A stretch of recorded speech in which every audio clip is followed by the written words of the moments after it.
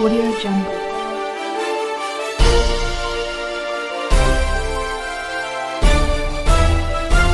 Audio Jungle.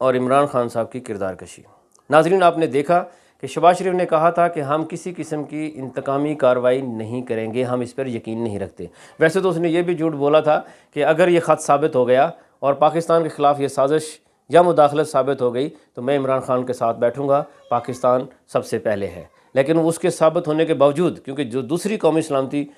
Committee کی meeting ہوئی جس میں ہمارے تمام ادارے جو تھے وہ اس میں بیٹھے ہوئے تھے، اور انہوں نے شہباز شریف نے ایز اے وزیر اعظم اس کو چیئر کیا میٹنگ کو، اس کے منٹس آف میٹنگ سیم وہی تھے جو پہلی میٹنگ کے منٹس آف میٹنگ تھے۔ تو اس سے ان کو یہ بات واضح ہو گئی تھی کہ یہ سازش ہوئی ہے، مداخلت ہوئی ہے، اور امریکہ کا اس کے اندر کردار واضح ہے۔ لیکن ناظرین، کیونکہ شہباز شریف کو پہلے بھی پتہ تھا، اس لیے اس نے جو ہے وہ اس بیان سے منحرف ہوئے، اور بالکل آپ کہہ لیں کہ اخلاقیات کی تو بات ہی نہ کریں پاکستان کے اندر۔ جس طریقے سے یہاں پہ لوگوں کو حکومت میں بٹھایا گیا وہ آپ دیکھ لیں، چاہے وہ مجرم ہیں، وہ ضمانت پہ رہا ہیں، ٹھیک ہے جی، 60-70% جو ہے آپ کی جو کابینہ ہے وہ ضمانتوں پہ ہے۔ مجرم لوگوں کو پاکستان کے اوپر جو ہے وہ مسلط کر دیا گیا ہے۔ اخلاقیات کی تو بات دور دور تک پاکستان کے اندر نہ کی جائے تو بہتر ہے۔ اب جو حکومت نے انتقامی کارروائیاں شروع کر دی ہیں، اس سے پہلے آپ نے دیکھا کہ عمران خان صاحب کے خلاف، چودھری فواد کے خلاف، اور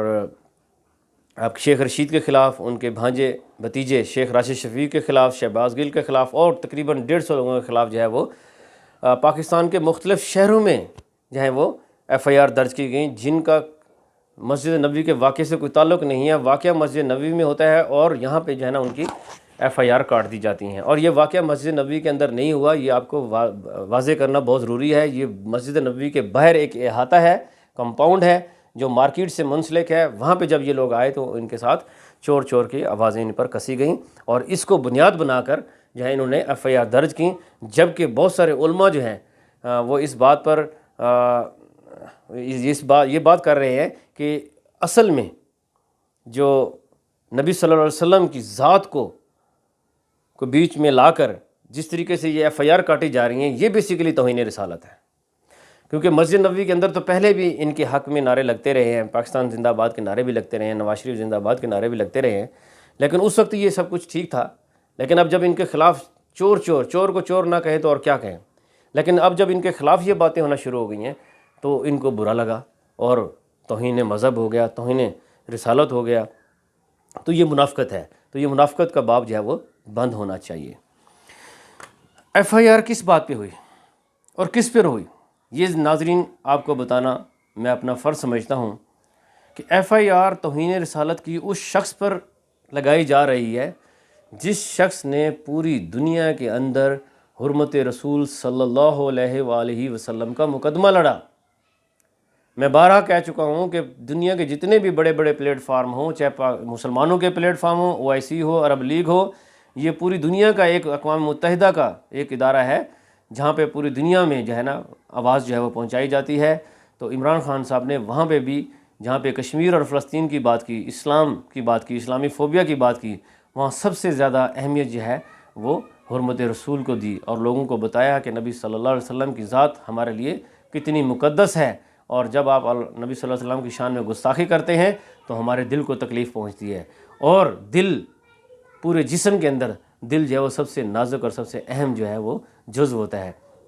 جس کی تائید علامہ حنیف قریشی صاحب نے بھی کی۔ انہوں نے بھی یہ بات کی کہ جب میں نے سنا ان کو یونائٹڈ نیشنز کے اندر تقریر کرتے ہوئے، اور جب یہ انہوں نے بات کی کہ نبی صلی اللہ علیہ وسلم ہمارے دل کے زیادہ قریب ہیں، ہمیں تکلیف پہنچتی ہے، تو ایسا شخص کبھی بھی لوگوں کو اس بات پہ نہیں اکسا سکتا کہ وہاں پہ جا کر آپ حرمت رسول یا توہین رسالت کے موجب بنیں۔ تو ناظرین، یہ ایک سوچی سمجھی سازش کے تحت یہ جو نعرے بازی وہاں پہ کروائی گئی ہے، یہ سوچی سازش کے تحت ہوا ہے۔ یہ نون لیگ اور زرداری اور آپ کہہ لیں کہ ان کی ایک پلاننگ تھی کہ کسی طریقے سے مذہب کارڈ کا استعمال کیا جائے، وہاں پہ لوگوں کو اس قسم کی نعرے بازی کروائی جائے، اور پھر مذہب کارڈ کا استعمال کر کے ہم ان کے خلاف انتقامی کارروائیاں کریں گے۔ اور یہ جو عمران خان کا گراف جو اوپر گیا ہے، یہ لوگ جو عمران خان کے ساتھ کھڑے ہو گئے ہیں، آپ نے دیکھا جا کے یہ باہر لا کے مفتیٰ اسماعیل کا میں نے پچھلی ویڈیو میں بتایا کہ وہاں جا کر امریکہ کو خوش کرنے کے لیے، ان کی غلامی کرنے کے لیے، صرف اپنے آقاؤں کو خوش کرنے کے لیے کہتے ہیں کہ عمران خان صاحب اپنی تقریر کا آغاز ایاک نعبد و ایاک نستعین کے ساتھ کرتے ہیں اور اپنی تقاریر کے اندر قرآنی آیات اور احادیث پڑھ کر ان کو اسلام کے قریب کر رہے ہیں، جبکہ ہم تو لبرل ہیں۔ آپ ہمارے ساتھ کھڑے ہوں، آپ عمران خان کے ساتھ نہ کھڑے ہوں، ہم ہی آپ کے اصل ساتھی ہیں اور آپ کے بیانیے کو تقویت دینے کے لیے آپ کے وہاں پہ جو ہیں وہ ایجنٹ ہیں۔ تو یہ بیسیکلی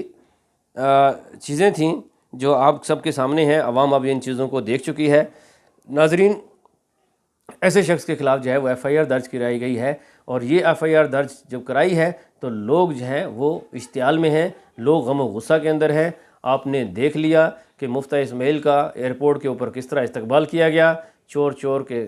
ساتھ ان کو لوگوں نے ان کو چور چور کہا۔ اسی طرح اسلام آباد کے اندر مصدق ملک اور مریم اورنگزیب کو بھی لوگوں نے گھیراؤ کیا ان کا اور ان کو چور چور کہا، اور یہ سلسلہ جاری رہے گا۔ انہوں نے جو پاکستان اور اسلامی ریاست کے اندر مدینہ کی ریاست کا مذاق اڑایا اور پاکستان کے ساتھ جس طرح انہوں نے تذلیل کی، اور جس طرح پورے پاکستان دنیا کے اندر پاکستانیوں کی تذلیل کی ہے، پاکستانیوں کی جو ہے وہ